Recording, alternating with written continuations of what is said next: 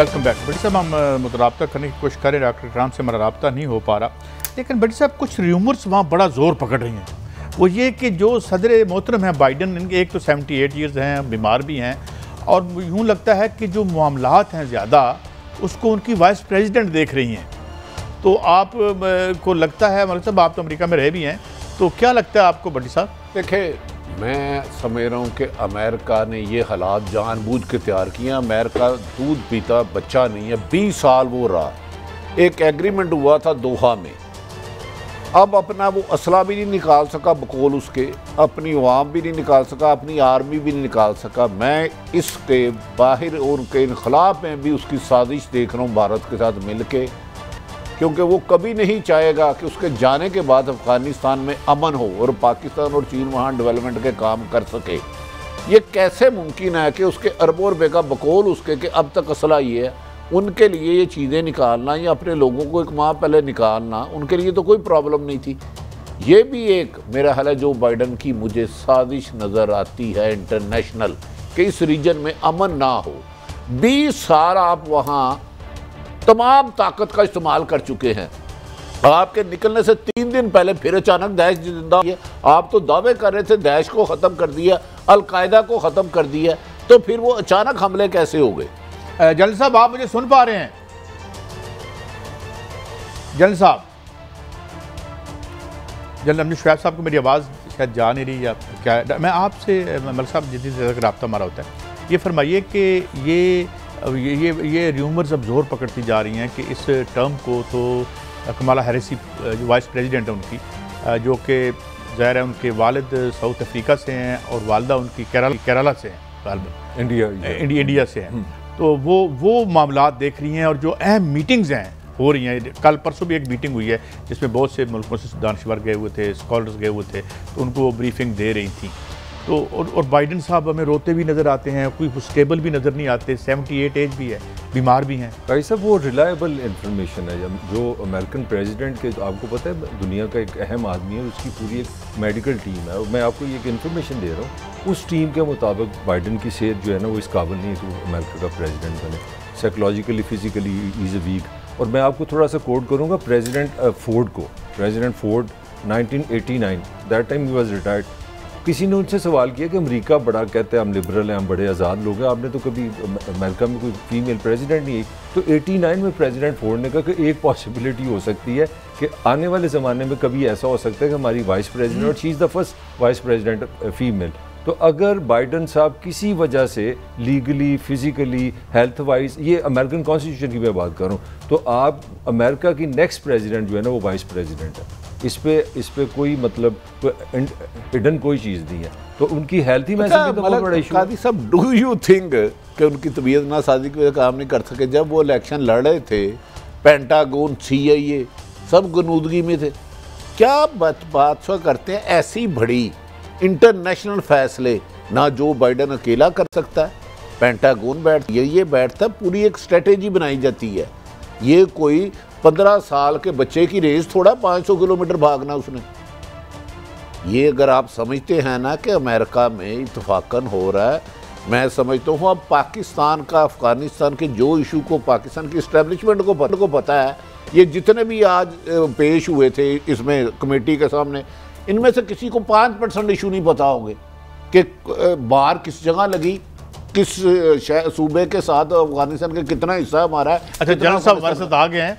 यही सवाल अगर मैं आप वाला जनरल साहब की तरफ ले जाऊँ, जनरल साहब ये बात हो रही है वहाँ पे, और कुछ मेरे भी राब्ते हुए हैं कि अब ज़्यादा मुतहरक वहाँ पे उनकी वाइस प्रेसिडेंट है बनस्बत, और मुझे एक रिलायबल, यानी हमारे मैं नाम नहीं ले सकता उनका कहना था कि वो मीटिंग्स भी कर रही हैं।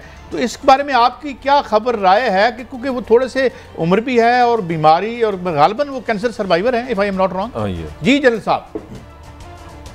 देखिए, मेरा जहां तक अंदाजा है, बाइडन को पॉलिटिकल डिफिकल्टीज इतनी ज्यादा हैं, इतना प्रेशर, और उसको उलझा दिया गया है ये अफगानिस्तान के केसेस में। हालांकि ये बिल्कुल वाज़ेह था कि ये सारा काम तो ट्रंप ने किया। जब एक एग्रीमेंट करके गया ट्रंप, तो वो इम्प्लीमेंटेशन के लिए बाइडन मौजूद था।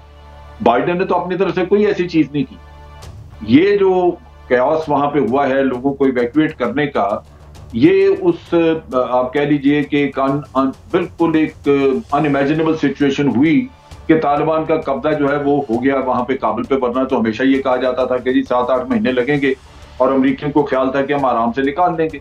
तो ये सिचुएशन तो पूरी दुनिया को समझ आती है, लेकिन उसके बावजूद वो बुरी तरह बाइडन के पीछे पड़े हुए हैं। हालांकि बाइडन से ज्यादा इस सारी सूरत हाल का जिम्मेदार वही है, ट्रंप है। तो लगता यही है कि इसको एलिमिनेट करने की साजिश की जा रही है। इसमें इंडियन लॉबी भी वहां पे बड़ी होगी, और हो सकता है कि ज्यूइश लॉबी भी उनका साथ दे रही हो, भारत का, जो कि उन्होंने हमेशा इस्तेमाल किया उनको। तो सूरत में इसकी इम्पीचमेंट या इसको फोर्स करके कि तुम रिजाइन कर जाओ हेल्थ ग्राउंड पे या किसी भी चीज पे, बहुत बड़ी पॉसिबिलिटी है कि इसको बड़ी जल्दी फारिग कर दिया जाए। अच्छा, ये पॉसिबिलिटी है आपकी नज़र में? अच्छा जल्द साहब, मैं थोड़ा भट्टी साहब अगर आप इजाज़त दें तो अब थोड़ा सा आते हैं। ये जलसा भी हुआ है तो वोट को इज्जत फिर मांगी जा रही है। अच्छा, मैं अगर आप इजाज़त दें, जनरल साहब कुछ गुआर मूड में है, बड़े छिक्के लगाने की। अच्छा जनरल साहब, एक तरफ तो हमारी जो सूरत हाल संगीन है अफगानिस्तान की, पाक फौज दिन सुबह से लेकर 24 घंटे इसी चक्कर रहती है, आज ब्रीफिंग भी दी। दूसरी तरफ एक इश्तिहारी मुलजम, एक इश्तिहारी मुजरम लंदन में नवाज शरीफ बैठे ये फरमाते हैं कि दुनिया में पाकिस्तान के पासपोर्ट और परचम की इज्जत खत्म हो गई, जबकि सिर्फ उनके पासपोर्ट की मियाद खत्म हुई है इश्तिहारी होने की वजह से। आप इसको कैसे देखते हैं? देखिए, बात यह है कि मैं अगर मियां साहब की सियासत को देखूं, उसमें 2-3 चीजें बड़ी बातें नजर आती हैं। एक, और उनकी पर्सनैलिटी की वजह से, एक तो ये है कि ये उनकी अपनी खास कोशिश होती है कि वो अपना सिंक फंसा लें। उनको 4 दफा 3-4 दफा जो मौका मिला, 3 दफा, उसमें वो बिला वजह उन्होंने इधर उधर सिंक फंसाए। फिर आप देखिए कि वो अपने लिए मसला, मतलब अगर मसला ना खड़ा करें तो शायद उनका काम आगे चले ही ना, वो मसला जरूर अपने लिए खड़ा करते हैं। दूसरा ये है कि वो अपने मुफादात के लिए झूठ इतना ये लोग बोलते हैं कि उसकी भी अल्लाह की पनाह। ये वाहिद लोग हैं जिन्होंने सुप्रीम कोर्ट में भी जारी कागजात पेश किए। ये किसी और की जरूरत नहीं हो सकती, अगर वो कौमी लीडर हो तो वहां पे कतरी खत और इस तरह की चीजें पेश करे। ये वाहिद वो ग्रुप है जिन्होंने ये काम किया। लिहाजा ये हर चीज को अपने नुक्ता निगाह से देखते हैं, उसमें बोर्ड की इज्जत हो, वो सिविलियन सुप्रीमेसी का किस्सा हो। ये चीजें जो हैं, ये क्या बाकी जो हुकूमतें करके गए लोग, वो या आज जो कर रहे हैं उनको नहीं पता ये चीजों का कि ये क्या है, लेकिन इन्होंने उन चीजों को उछालने जिनका वजूद नहीं। अच्छा जनरल साहब, मुझे इजाजत दीजिएगा, मैं एक 60 सुनवा के पहले भट्टी साहब की तरफ आऊंगा, फिर आपकी तरफ आऊंगा। एक बात मैं कह दूं, जी, मैंने सैकड़ों दफा इनसे पूछा है कि आप सिविल सुप्रीमेसी की बात करते हैं, आप मुझे वो चीज बताएं जो 5 साल में PMLN करना चाहती थी एक, और फौज ने नहीं करने दिया आपको। आज दिन तक कोई एक जवाब नहीं है, एक जवाब नहीं आया। अच्छा भट्टी साहब, मैं सबकी तरफ आऊंगा। ये जरा किसको मुखातिब कर रहे हैं शहबाज शरीफ साहब, क्या कहना चाहते हैं और किससे कह रहे हैं? आपसे अंदर की खबर भी लेंगे, आपसे भी पूछेंगे, और जनाब जनरल साहब से सुनाएं जी। ना मुफाहमत ना मज़ामत, हमें शफाफ इलेक्शन चाहिए, हमें कानून की हुक्मरानी चाहिए। और बड़े मियाँ साहब मेरे लीडर हैं, मैं हमेशा उनके पीछे चला हूँ। आपको अगर कोई गलत फहमी है तो मेरा ख्याल है मैं वो मुनासिब बात है। जी भट्टी साहब, पहले आप। काजी साहब, 3 साल PDM का बयानिया रहा, आर्मी चीफ से रिजाइन, DGI से रिजाइन। इमरान की हुकूमत अभी गई, कल गई, परसों गई, 1000 से ज्यादा ऐलानात। शहबाज शरीफ साहब मुफाहमत डील कर चुके हैं। उन्होंने क्या लफ्ज कहा? ना मुफाहमत ना मज़ामत, शफाफ इलेक्शन चाहते हैं। शफाफ इलेक्शन, शफाफ इलेक्शन का क्या मतलब? इलेक्शन चाहते हैं, ये डील हो चुकी है। इसीलिए मरियम कल नई तकरीर की उसने। अब मेरे मुंह से सुनोगे, कभी कभार शतरंज खेली है, शतरंज में वजीर से ज्यादा बादशाह को प्यादे से खतरा होता है। अब ये बड़ी गहरी बात है, इसकी डिटेल में मैं नहीं जाऊंगा। शहबाज शरीफ ने और कल मौलाना ने एक दफा भी नहीं कहा हम हुकूमत गिरा देंगे, ना लॉन्ग मार्च का दिया टारगेट, ना धरने का, ना वजीर आजम से रिजाइन मांगा, ना खुद रिजाइन देगी। कल का जलसा ये PDM ने तस्लीम कर लिया कि इमरान खान की हुकूमत वो नहीं गिरा सकते। अगले इलेक्शन के लिए वो कह रहे हैं कि जी हमें भी कंसीडर किया जाए। शफाफ इलेक्शन का क्या मतलब है? मैं वज़ीर आज़म बना दूं, है कि मुझे भी कंसीडर किया जाए।